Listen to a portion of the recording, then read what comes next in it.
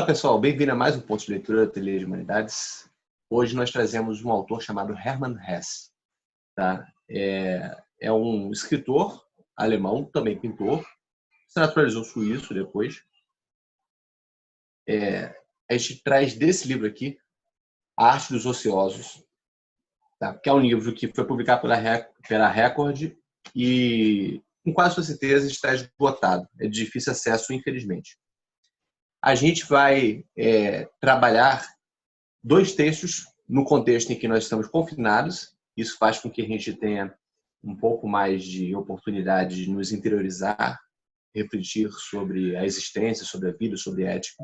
Esses dois pontos de leitura trazem muito bem isso, desse livro. E também, obviamente, aproveitando o contexto de uma Semana Santa aí que está se abrindo agora. O primeiro ponto de leitura que eu leio e comento hoje, nesse sábado, é o Fome de Amor e Alegria, tá? Que foi o título que eu mesmo dei, que na verdade é o capítulo Velha Cantiga, desse livro que eu acabei de mostrar para vocês, A Arte dos Ociosos. O nome do livro já é interessante, né? Numa situação em que nós estamos numa ociosidade involuntária, né? Talvez possamos refletir melhor sobre a arte de estar ocioso, que se acrescenta uma coisa também, de estar confinado, né? Ocioso e confinado. Vamos ler esse pequeno texto que se divide no seguinte ponto. Assim. Primeiro ele fala sobre as experiências de festas, feriados, festivos e tudo mais, refletindo sobre o seu significado, para trazer um significado mais profundo, que para além dos momentos festivos, o que importa é o conteúdo ético desses momentos, né, que atravessam a vida, que vão para muito além dos momentos festivos e também vão para muito além de certas fases da vida.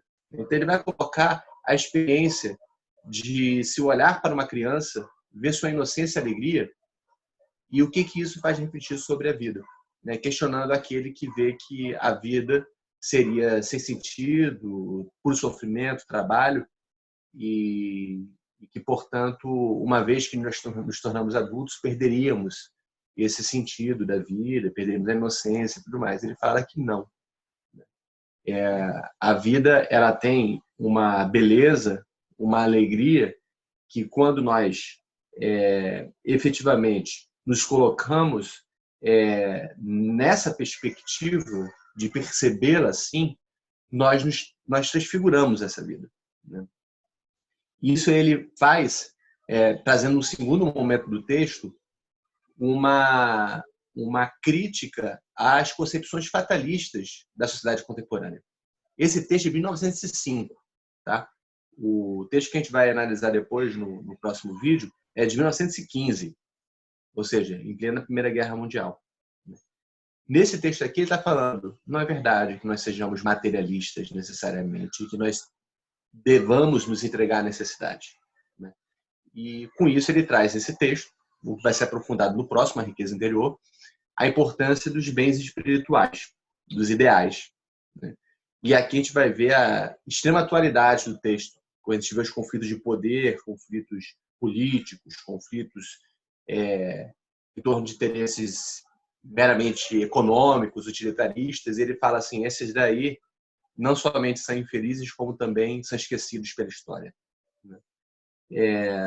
E isso leva a um terceiro momento do texto, que é o momento em que ele traz, então, qual é a maior sabedoria que existe da vida, que é o amor e a alegria, que é uma sabedoria que não é necessariamente cristã, é uma sabedoria que atravessa as diversas religiões. Né?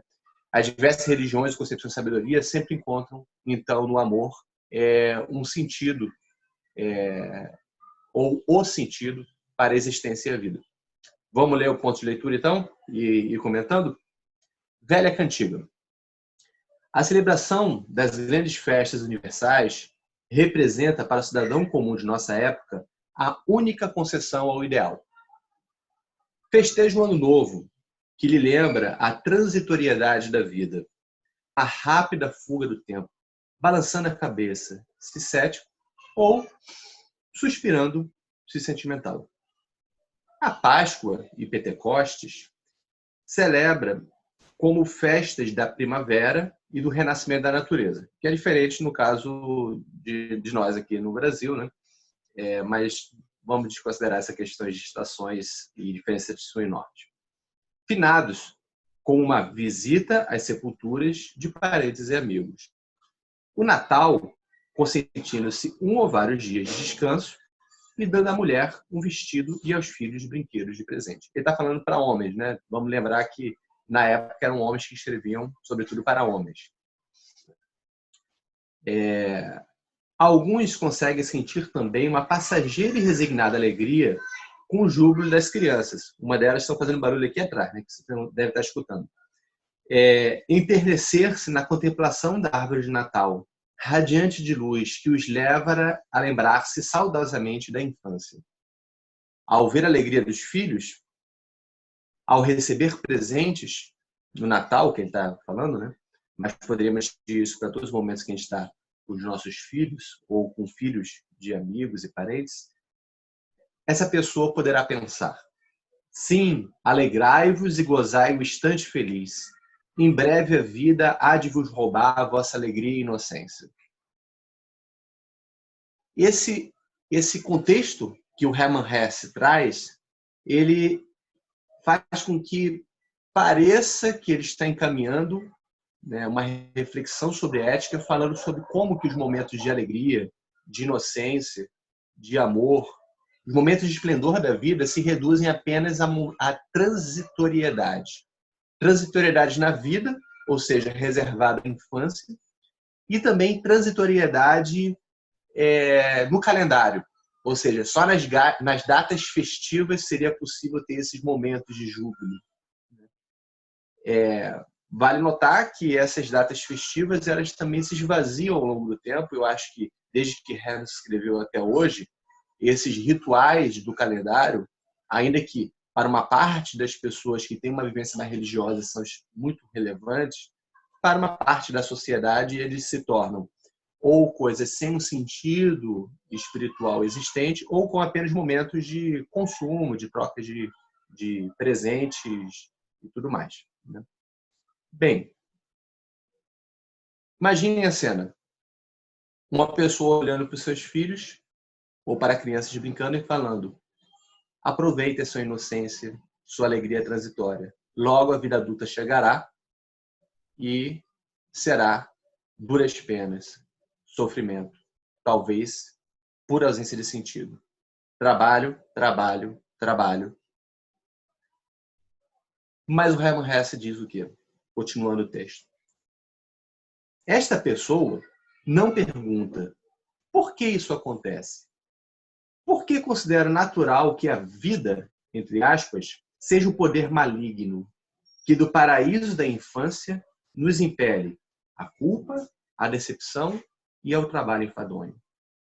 Por que devem a alegria e a inocência infalivelmente ser sacrificadas a essa vida? Então ele já está trazendo nessa cena uma mudança de perspectiva quando põe esta pessoa a se refletir. Imagina aquela pessoa no cotidiano, talvez possa ser você mesmo que está assistindo o vídeo, com aquele pessimismo, aquele peso, aquele fardo da vida nas costas, dizendo: é só culpa, decepção, remorso, nostalgia, ausência de sentido e trabalho. Ainda mais no contexto hoje, em que a gente está com essa crise de pandemia do coronavírus e toda a certeza do ponto de vista social, político, existencial, econômico, a gente facilmente pode cair nessas reflexões, né, sobre a ausência de sentido das coisas. Sem querer trazer pensamentos positivos, né, puramente positivos, o que Hermann Hesse traz é toda uma concepção de vida, de existência, de cultura que é muito forte no Ocidente, muito cara, sobretudo, ao idealismo alemão e àquilo que se chamava, no sentido forte do termo, de cultura, ou Geist, espírito. Ele está trazendo toda uma concepção de cultura e essência humana em que os ideais espirituais e os bens espirituais estão acima de bens materiais. E quando ele desconecta com o fluxo dessa tradição, e este que é o ponto importante, né? Não se trata de fazer coaching, é o de mostrar que é aí que você consegue encontrar bens duráveis, né? Algo que se conecta com a tradição do Ocidente, sobretudo aquela do idealismo, do romantismo, do expressivismo, só que tem um fio mais longo, que pode passar por diversos filósofos, indo até a Grécia Antiga, ou, em outro registro, indo a diversas concepções de religiosidade, tanto aquelas que nasceram no monoteísmo, judaico, cristão, islâmico, quanto também, obviamente, ao Oriente, né, no hinduísmo, no budismo. Ele vai trazer esta concepção de mundo que faz com que a gente saia do puro pessimismo presente numa visão presentista de mundo, voltado ao imediato e àquilo que se chamaria de materialidade das coisas. Continuando, então, né? Ele colocou essa pessoa para refletir. No dia em que realmente se fizer essa pergunta que ele propôs, terá deixado de ser um homem ou mulher, vamos fazer um adendo comum, e dará o primeiro passo para uma nova vida. E se prosseguir esse caminho, verá que, daí por diante, todos os dias de sua vida serão mais valiosos, mais fecundos e mais significativos do que o haviam sido todos os dias feriados, com seu brilho transitório, seu fraco e meio insincero poder evocativo. E reconhecerá que não devia atribuir à vida a culpa pela morte de sua alegria, sua inocência e seus ideais, e que seria injusto e grotesco acusar a vida por esse mal. Havia-se enganado a si mesmo.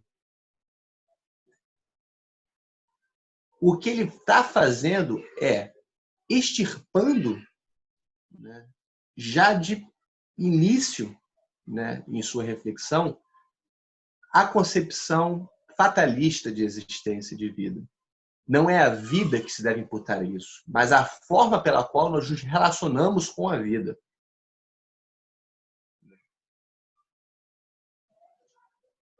Ao invés de dar à vida uma concepção fatalista, onde tudo que é bom é transitório, que tal, pergunta ele, reconfigurá-la, percebendo que nela há fontes de sentido e significado que são duradouros, permanentes e geradores de alegria. É daí que eu propus o título Fome de Amor e de Alegria, que a gente vai deixar mais claro conforme a gente for avançar no texto. Fazendo uma ponte com a concepção de hoje em dia, a gente, não é por acaso, né, que eu tirei que o nome do livro é A Arte dos Ociosos, né? A gente está num contexto em que nós vemos as coisas pararem e, ao mesmo tempo, aumentar muito a contingência das coisas. O que ele vai trazer aqui, né, é uma reconfiguração, talvez, para aqueles que não sabem o que fazer no tempo ocioso, ou não sabem o que fazer quando a coisa parou, né? Dá a eles um acesso ao valor dos bens espirituais da cultura. E com isso, talvez mostrar que, gente, nem tudo é aquilo que funcionava na máquina quando operava, né? E talvez você tenha enganado a si mesmo e, estando agora numa situação de enclausuramento, dando a impressão que estamos que nem ratos em nossas casas, na verdade estamos em uma morada que podemos construir para nós mesmos enquanto atravessamos esse deserto, com os nossos ou conosco mesmo. O texto a seguir, que vai ser o de 1915, que é sobre a riqueza interior, vai ser interessante que vai conectar isso com uma experiência de guerra que ele escreveu, né? Em que essa experiência de guerra ela fazia também que a gente tivesse uma decepção diante do afastamento em relação a tudo aquilo que nós valorizávamos, né? Como posses, pessoas e relações e tudo mais. Mas continuando então com o texto, chegamos num segundo momento do texto. Não existem, continua ele, a necessidade e a marca da época, obrigando as pessoas a preferir os bens materiais aos espirituais, os transitórios aos eternos. Quem aceitou essa decisiva escolha não deve culpar nada e ninguém, a não ser si mesmo. Ele está aqui falando, em 1905, sobre algo que podemos traduzir hoje como: faz parte da vida, temos que trabalhar, trabalhar, trabalhar e gerar crescimento e desenvolvimento econômico. O mundo é isto mesmo. Adapte-se, se adapte a ele, né? Ele está dizendo, não é uma necessidade do mundo isso, e há bens eternos e espirituais que dependem da sua escolha. É claro que existem aqueles que se enganam pensando que eles poderão ser almejados ou alcançados no momento em que tivermos resolvido as nossas condições financeiras. É o horizonte de progresso econômico. Então, quando eu chegar lá nos 40, 50, 60 anos, eu me dedico aos bens espirituais e eternos. Muita gente vai até chegar nessa reflexão, mas passando por uma depressão ou passando por crises existenciais, né? Quando se viram até, aquelas que foram bem-sucedidas, que não são muitas, né, economicamente, virem que a sua vida, ainda que tenha chegado no sucesso econômico, está plena de no sense, de sem sentido. Outras, felizmente, descobrirão cedo que esse caminho de considerar que primeiro prepara o material para depois chegar no espiritual, ele é um caminho que pode dar certo para alguns, mas para muitos é um malogro, né? Num contexto em que a gente se vê de imediato posto uma possibilidade de economia de escassez, vamos ter que lidar com isso com política pública, temos que lidar com isso com um Estado que resolva nossos problemas e nós também resolvamos nossos problemas, não somente individualmente, mas coletivamente, solidariedade, com responsabilidade, né? Mas também talvez nós tenhamos que perceber que a ideia de um crescimento econômico infinito era irreal e agora se tornou concretamente como impossível de realizar. É uma possibilidade de mudança de vida. E esse texto talvez traga isso, uma mudança de concepção de vida em que uma concepção, um horizonte de vida que passa pela acumulação produtiva e de consumo, ela não somente era um problema ecológico antigamente, mas agora se tornou um problema desencadeado por uma pandemia global. Então, nos vemos desgarrados dessa concepção de existência de imediato, rapidamente. E ainda estamos tentando lidar com isso, né? Um risco iminente obviamente, de pobreza, miséria, e temos que também ter respostas materiais a isso. Mas vamos refletir espiritualmente aqui. Bobagem, dirão vocês. Nossa época simplesmente não é idealista e não podemos modificar nem a ela, nem a nós. Responde Hesse a esses fatalistas que dizem que a época é necessariamente materialista. A velha desculpa de sempre que todos ouvem dizer e repetem, em que todos acham que devem acreditar. Nossa época não é ideal. Por que não? Pergunta ele. Porque a corrida do ouro, a ânsia pelo enriquecimento, é hoje mais ostensiva, brutal e desgraçada do que antigamente. Ele está perguntando para dizer, não é. Olha a história humana. Olha quanta ânsia de enriquecimento, a hora sacra fames, como diz o Weber. Olha quanta busca de riqueza e poder ostensiva, brutal e desgraçada ao longo da história humana. Quem disse que a nossa é mais material do que todas as outras? Mas resta saber, e é o que importa, como mais tarde se há de julgar a nossa época. Isso, para mim, é extremamente contemporâneo. Deixa eu ler e depois comentar. Acredito que não se há de dizer, quando se julgar a nossa época hoje, desde 1905, e podemos dizer hoje, em 2020. Foi a época que os preços do carvão eram altos, em que se inventou o colchete de pressão e se viram as últimas diligências e os primeiros bondes elétricos.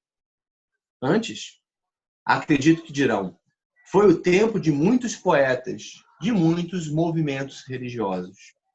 Tudo aquilo que hoje, na opinião de vocês, não passa de agradável entretenimento de superfluidade, sim, que alguns de vocês chamam simplesmente de extravagância e fanatismo, há de sobreviver e existir e ter valor e mérito, quando vossa luta, séria e encarniçada pelo dinheiro tiver já há muito sido esquecida.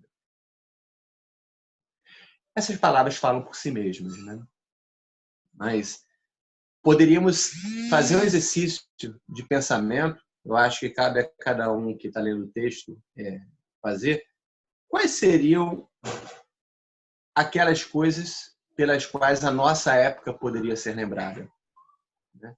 Será que é o fato de ser a época em que o celular se tornou uma tecnologia expandida? Ou será a época em que o Google, o Facebook, o Twitter e o Instagram se tornaram as grandes empresas, impérios de uma economia digital? Ou será que será a época em que nasceu determinado movimento espiritual, religioso, cultural, em que determinados atores, determinadas pessoas foram grandes criadores, se não de poesia, ao menos de pensamento, de ideias? Quando a gente avalia a nossa história, se não a vemos de uma forma meramente reduzida, sim, há espaço para conquistas tecnológicas, materiais. Mas até que ponto aquilo que nós mais valorizamos não são aquilo que, naquela época, são vistas como completamente inúteis, extravagantes, desinteressantes, como não dizendo respeito ao principal, que é conseguir riqueza, poder. Isso que ele está colocando, continua que ele vai continuar no raciocínio. Sabeis que é o Natal, a festa do amor divino, filial e fraterno, a festa da alegria? Não vedes no amor e na alegria os altos poderes para cuja glorificação celebrais festas sacras, patrocinadas e protegidas pelo Estado? Mas como se goza hoje o amor e a alegria? Para poder desfrutar por alguns dias ou durante algumas semanas um pouco de alegria, viveis 3/4 de nossa vida no pó e suor de um triste e duro trabalho, que não vos enobrece, mas deprime e entristece. E quando cansados do trabalho, a fome pela luz e a alegria vos domina. A maioria não consegue encontrá-las em cassino e em botecos. E o amor? Quem despende 10 a 12 horas no emprego, 2 a 4 horas no boteco ou em outras diversões, tem pouco tempo para se dedicar a mulher e filhos, irmãos e irmãs. Aqui, gente, tem uma concepção cultural bem demarcada, né, sobre uma hierarquia de valores. Né? Poderíamos discutir em relação a isso. Né? O texto bastante do idealismo alemão e também bastante alemão, em geral, da cultura alemã, que também não deixa de gostar de boteco, né? E de cerveja. Mas o que ele está colocando é essa importância do valor relacional, né? E do relacional que tem a dimensão do familiar, do próximo, como sendo aquilo que é mais relevante, ou aquilo que dá um efetivo valor. E quando a gente está entregue apenas a reproduzir certos padrões de ocupação, de atividade produtiva, de atividade de consumo, a gente busca uma alegria onde ela não está. E é disso que ele está falando. Né? Não quero defender o Hesse contra quem acha que a alegria está no boteco, mas pelo menos ele faz refletir até que ponto, né, certas concepções de vivências, meras vivências, parecem ser gratificantes no momento, mas não dão bens duradouros. De certa forma, se descobre isso, algumas pessoas, quando elas transitam de uma fase de descoberta de vivências no período da juventude para começar a investir a sua energia, seus sentimentos, seus afetos, seu intelecto em outras coisas que são tidas então como mais importantes, né? Quando você começa a achar que festa com ruído e cerveja de boteco não é tão interessante quanto você achava quando você era mais jovem. Mas não vamos entrar numa discussão em que diz que família é tudo e pronto, porque senão é reduzir demais a concepção de vida. O mais importante nessa concepção do Hermann Hesse é que os valores relacionais estão acima de tudo. Sobretudo, amor, amizade. Relações construídas entre seres humanos que têm uma dimensão qualitativa acima da questão quantitativa ou das meras utilidades. Esse que é o ponto.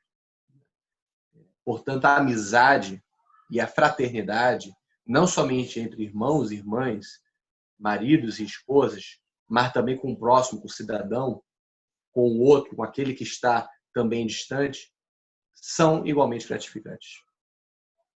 Vamos ao terceiro e último ponto do nosso ponto de leitura. Um estranho, mas simples segredo da sabedoria de vida de todas as épocas é que toda dedicação desinteressada e participação de amor nos enriquece, enquanto a luta pela riqueza e pelo poder nos rouba forças e nos depaupera. Isso é uma atualidade impressionante. Uma boa parte daquilo que a gente vive hoje é um depauperamento, um esgotamento, uma apatia de indivíduos, mas também de instituições. Podemos chamar de subjetividades mais coletivas, identidades coletivas também. Verdadeiras sociedades entregues à mera luta pela riqueza e pelo poder. Onde, ao contrário disso, uma boa parte das sabedorias de vida de todas as épocas e culturas diziam que isso era um malogro e que os grandes valores estão no desinteressamento e na participação no amor. É aí que está a verdadeira riqueza. Isso conecta com o texto seguinte que a gente vai ler no próximo vídeo. A riqueza interior dos valores espirituais, dos valores relacionais, é a grande riqueza humana, né? Ainda que as diversas épocas, inclusive a nossa época, trabalhe sistematicamente para dizer que são meras superfluidades, coisas necessárias, né? Algumas vezes coisas de ociosos, no sentido negativo do termo, ou de baderneiros, né? Nós temos um presidente da República e o seu grupo que desvaloriza completamente esses tipos de riqueza, né? E quer que todos voltem a trabalhar o mais rapidamente, não pela preocupação com suas vidas, né? Mas porque, digamos, deixar de trabalhar ou ficar em casa durante muito tempo é coisa de vagabundo, né? E isso está muito implícito na concepção de mundo desse grupo político que aí está. Nós temos que reafirmar a importância de valores anti-utilitários. Não quer dizer que isso coloque de lado a importância de utilidades e a importância de políticas de distribuição e de proteção relacionada a questões materiais. Isso é fundamental, ainda mais numa crise como a de hoje.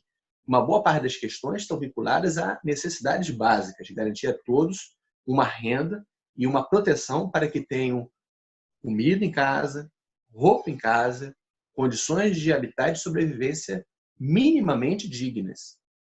Mas, além disso, é importante colocar uma outra coisa de respeito à saída dessa crise iminente e pensar o horizonte humano da nossa sociedade. A crise dessa pandemia, ela tem dois aspectos. Um deles é como lidar com a crise aguda que nós estamos. Uma outra é a oportunidade que nós temos hoje de repensar a máquina como operava, né? E, em vez de querer fazer apenas a roda girar novamente e cada vez mais rápido, é de ir girando por outros meios e de uma outra forma, né? Não achar que devemos mais rapidamente possível voltar à vida de antigamente, a vida que estávamos vivendo até um mês atrás, porque ela era um problema e essa crise de hoje é uma oportunidade para refletir sobre este problema do ponto de vista social, ecológico e também, isso não é pouco relevante, espiritual, existencial e ético. Isso que o Hermann Hesse traz na parte final do nosso texto. Já os hindus o sabiam e ensinavam, e também os sábios gregos e Jesus, cujo nascimento celebramos no Natal. E desde então, milhares de sábios e poetas em obras que sobrevivem ao tempo, enquanto passam os impérios e os reis são esquecidos. Frase lapidar. Quem são as pessoas que são lembradas ao longo da história?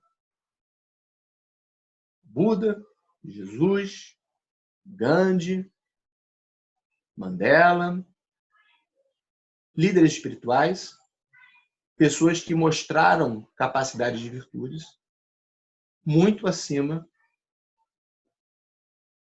do ordinário, digamos assim. Outras pessoas são lembradas da história. Estadistas também são fundamentais, não somente líderes religiosos e espirituais.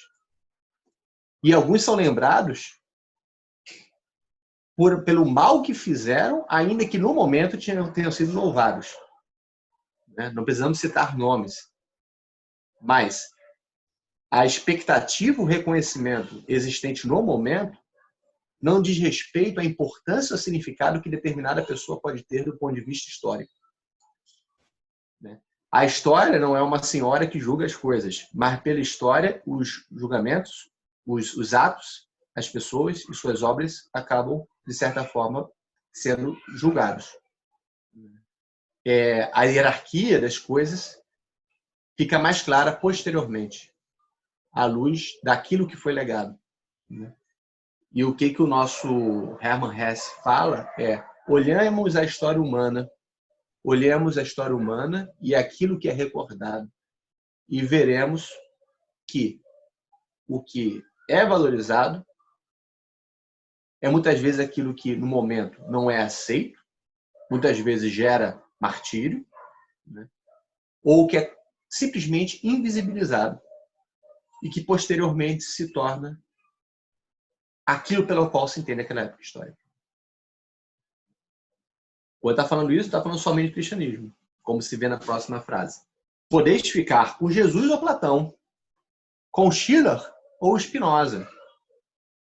Dois filósofos de tempos diferentes. Schiller, do idealismo alemão, dos grandes pensadores do idealismo alemão, menos conhecido, e menos citado do que Kant, Hegel, mas Schiller é fundamental no diálogo com a obra de Kant, e vale notar que ele é importante a partir do momento que ele refletiu sobre o impulso lúdico, exatamente esse impulso desinteressado de sensibilidade e entendimento, permite defender uma concepção de humano, que não dá para aproximar rapidamente do Huizinga, do Homo ludens, mas assim, a parte daquilo que gera maior gratificação é exatamente esse movimento lúdico da relação entre entendimento e sensibilidade que está nas atividades criadoras, no brincar, no jogo.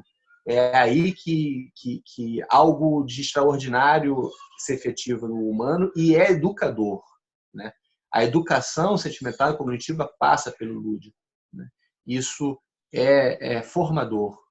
Para falar como um alemão, é aspecto fundamental da Bildung, da educação. Ou, para falar como grego, da paideia. É esse desinteressamento, a atividade desinteressada, e não a atividade voltada para um fim, trabalho, produção e tudo mais, que também é relevante. Mas, numa hierarquia de valores, ela pode ser, de repente, um mal necessário, mas não o sentido ou a necessidade da existência da vida humana. Em todos esses, Jesus, Platão, Schiller, Spinoza, Spinoza é tão conhecido hoje em dia que dispensa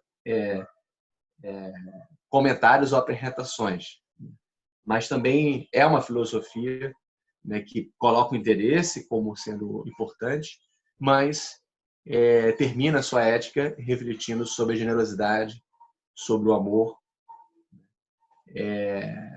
exatamente sobre essa dimensão de desinteressamento próprio de homens livres, que tira do ciclo e da espiral de ódio recíproco e de vaidades recíprocas, de orgulhos e tudo mais.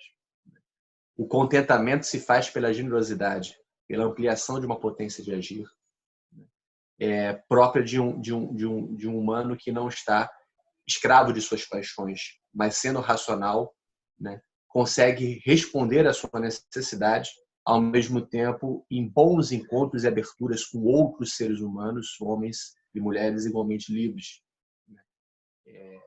Essa ética é uma ética de virtudes, né, de amor, de generosidade, de altruísmo. Em todos eles se encontrarão como derradeira base da sabedoria que nem o poder, nem a riqueza, nem o conhecimento trazem a felicidade, mas apenas o amor. Todo altruísmo, toda renúncia por amor, toda caridade ativa, todo abandono do eu, parece uma autoexpoliação, um autossacrifício, completaria hoje em dia, né? Quando se tem uma concepção predominantemente utilitarista de mundo, né? Ele vai dizer, mas não é isso. Né? O amor não é autossacrifício, não é abandono de si, é potencializador, é gerador de alegria, é gerador de um gozo de existência muito mais amplo do que o gozo meramente voltado a uma gratificação, uma satisfação utilitária. No entanto, são um enriquecimento e o único caminho que nos leva para a frente e para o alto. Nós temos um movimento no governo hoje em dia que adora citar a Epístola de João, né? Conhecereis a verdade vos salvará, né? Que é utilizada pelo presidente da República como se fosse um salvo-conduto, uma carta branca para falar qualquer asneira, qualquer convicção própria, mera opinião, que não tem fundamento nenhum, como se fosse a verdade, como se tivesse acesso direto a Deus ou a um reservatório de verdades dentro da cabeça dele, né? E que, portanto, poderiam corresponder à verdade das coisas mesmas, né? É uma concepção de verdade que utiliza esse versículo para defender uma concepção de verdade meramente baseada em autenticidade do sujeito, né? A verdade é a minha subjetividade, é a concepção subjetiva que eu tenho das coisas. Esse uso desse versículo é a morte do próprio versículo, né? E da concepção que subjaz esse momento do Novo Testamento. Eu chego a falar sobre isso no artigo no Fios do Tempo, né? Onde eu brinco com esse versículo e fala, não lembro de cabeça o título, mas pretende possuir a verdade e o amor será aniquilado, algo assim. Né? O que é a verdade a ser conhecida, que não está presente apenas no cristianismo, na tradição cristã, né? É a verdade do amor, do altruísmo, da generosidade, da dádiva. E não a verdade de supostos representantes políticos ou espirituais que utilizam instrumentalmente certas palavras presentes em escritos sagrados para impor determinadas falas, discursos com interesses relacionados somente a eles mesmos. Ou seja, uma dica, quem falar sobre isso, você não deve simplesmente aceitar o que ele está dizendo a partir disso. Né? Ou seja, estou falando que é verdade. Não, assim, calma aí. A verdade está na tua prática. Ou seja, você falar, conheço a verdade, mas não ajo amorosamente ou generosamente, é porque você não conhece a verdade. Porque a verdade é esta. É esta que deve ser recordada e rememorada. Dizeis, é a velha cantiga de sempre, né? Aqui ele volta à questão da posição cínica, cética, fatalista, a velha cantiga de sempre, ou seja, aquilo que é sempre dito por todas as tradições, sobretudo dentro da tradição cristã e tudo mais, é a velha cantiga de sempre, só o amor salvará, só o amor é sentido de tudo e tudo mais. Aí ele termina belamente: sou talvez mau cantor e mau pastor, que não vos consegue convencer da verdade. Mas se verdades não envelhecem, porque são eternas, permanecem verdadeiras em todos os tempos e em toda a parte, podendo também ser pregadas no deserto, cantadas num poema ou impressas num jornal. Termino o vídeo pedindo para vocês refletirem sobre isso, né? E considerarem com um discernimento mobilizado pelo Hermann Hesse, pelo que nós conversamos aqui nesse vídeo, considerarem a diferença que existe entre o reconhecimento dessa verdade enquanto sabedoria de vida e para a vida e o uso desse discurso de maus pastores e maus cantores, e não do Hermann Hesse, que se mostrou um excelente cantor, né, dessa verdade eterna. E fazendo essa diferença entre o que se diz e o que se faz, né, possa aplicar isso para entender o que algumas pessoas fazem hoje em dia, né, não somente nas instituições, mas no dia a dia, como também permita pensar sobre a sua relação com a sua própria vida, né? Em momentos de ócio, né? Não somente devemos construir uma arte dos ociosos para lidar com esse ócio, mas também uma oportunidade de nos conectarmos com valores que são eternos, que transcendem nossas urgências, necessidades e interesses transitórios, ainda que eles sejam relevantes no momento de hoje, como eu já disse, e devem ser refletidos. Mas aproveitemos o momento para mirar para o alto e além. E para o alto e além, só dá para mirar reconectando com essa verdade que o Hermann Hesse traz, que é o amor, a alegria gerada por ele, e como veremos no próximo texto, aquilo que ele chama de riqueza interior, o valor da cultura. Até o próximo vídeo. Um abração.